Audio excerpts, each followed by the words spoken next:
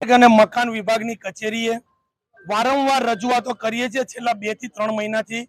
નેત્રંગથી વાલિયા અંકલેશ્વર હોય, વિલાયતથી દેરોલનો રસ્તો હોય, જંબુસર આમોદનો હોય કે ભરૂચ જિલ્લાના ઘણા બધા એવા રસ્તાઓ છે જેની ઉપર આ લોકોએ ખૂબ મોટા પ્રમાણમાં લાખો ને કરોડો રૂપિયાનો ભ્રષ્ટાચાર કરેલો છે। એક બાજુ કામ ચાલે ને પાછળથી રસ્તો તૂટી જાય છે। વારંવાર રજૂઆતો કરી છતાં પણ તંત્ર દ્વારા કોઈ પણ કાર્યવાહી કરવામાં આવી નથી। ત્યારે આજે ફરી એક વખત આજે અમે આખા કોંગ્રેસના સંગઠન સાથે રજૂઆત કરેલી છે।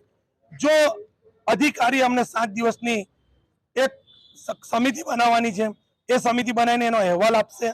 હમણાં અમને એ લોકો કેટલું પેમેન્ટ ચૂકવેલું છે અને કામ કેટલું પ્રોગ્રેસમાં છે એની અમને માહિતી અમને આપે છે।